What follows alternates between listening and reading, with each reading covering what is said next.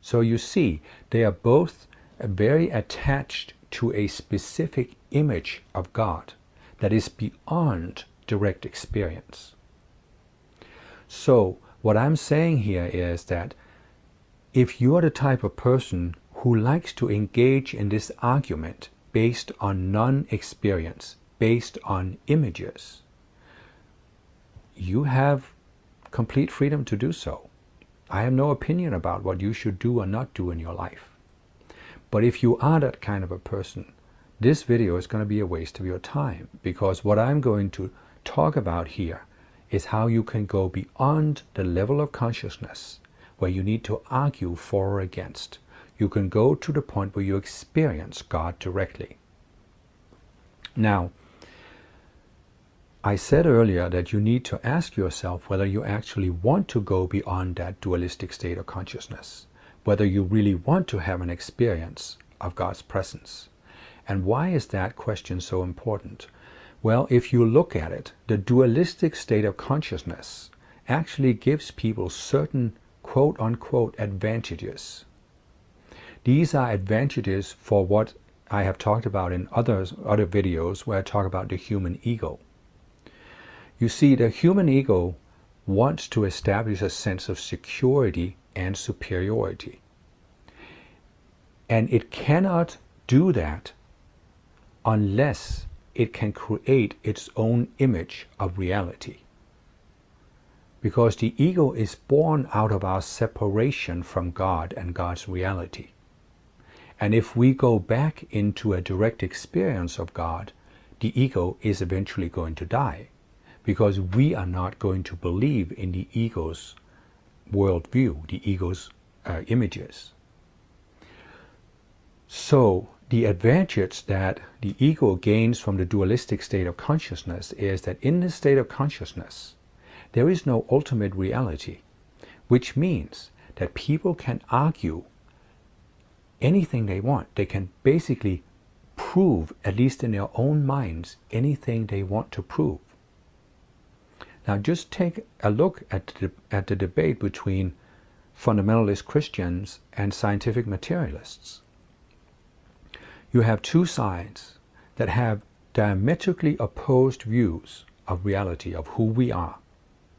Yet both sides are absolutely convinced that they are right. As I said in my first video, it's obvious they can't both be right, so most people reason that one is right and the other is wrong. But the alternative is to ask the question, what if they're both wrong? And you can now see what I meant with that.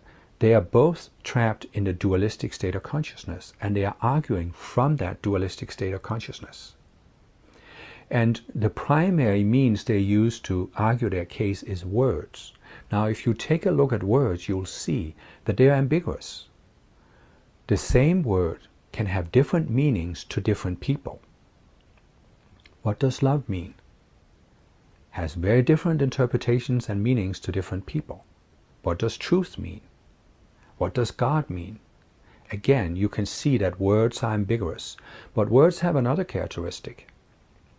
There is actually no statement made in words that is absolute. In other words, you cannot make an argument with words that is guaranteed to convince everybody. I have no intention whatsoever of creating a video, my first video was not meant to do that either, that would convince everybody. I know there are people that will not be convinced by anything I could possibly say, because any argument made with words can be counteracted with another argument. If I say yes, you can say no.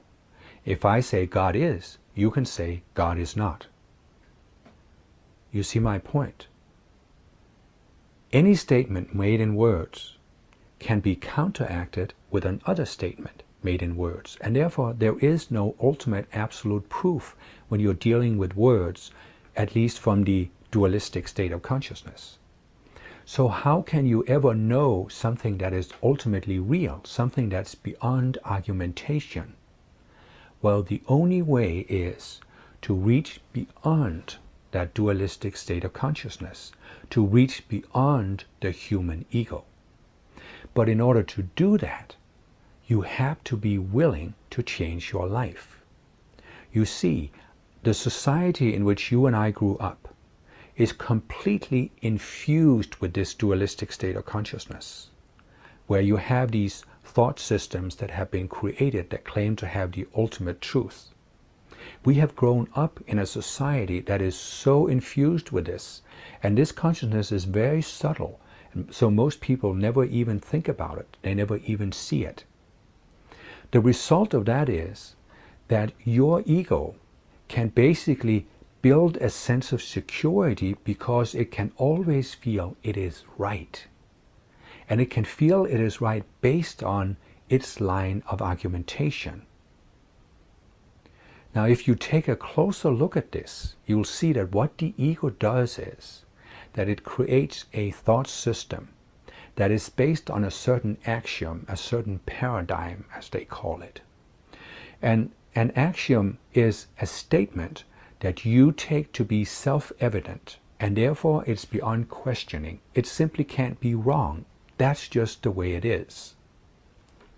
So when you look at the debate between scientific materialism and Christianity, you will see that fundamentalist Christians have an axiom which states, the Bible is the infallible Word of God. Therefore, the Bible cannot be wrong.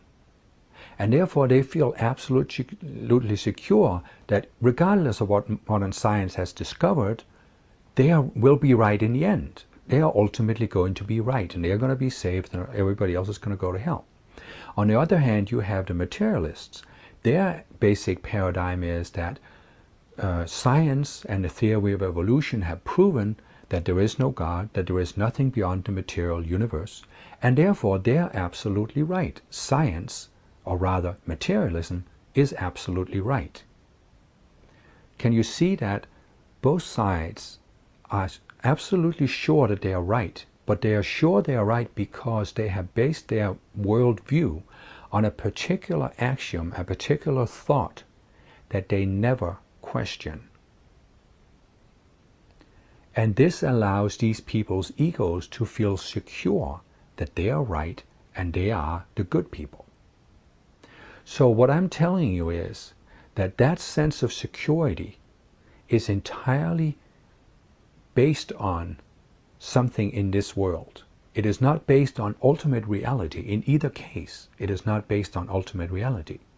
It's based on a relative definition of truth rather than on truth itself. And so if you want to have a direct experience of God, you have to be willing to go beyond that state of consciousness, which means that you basically have to be willing to give up your ego's sense of security, your ego's sense that it is always right. You have to be willing to question your most basic paradigms, your most basic assumptions about life. You have to be willing to question who you are, who or what God is, what the world is, and what the relationship is between yourself, God, and the world. Now I have to tell you that this can be quite a disturbing experience. And that's why you will see many people who shy away from it. You see people who are materialistic scientists. You see people who are religious people who simply will not question their basic worldview because they are afraid of that sense of insecurity. And I can tell you that when you do start questioning your worldview, it is very likely that you will go through a period of great uncertainty, almost anxiety, where you feel like, what can you actually trust? What is right and wrong? How can you ever know what is right and wrong? You see what I'm saying?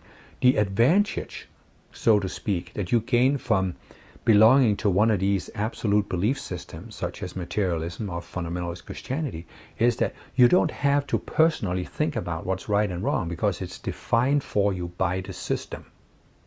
But when you decide to abandon that approach to life, you have to find something in yourself that tells you what is truth, what is real.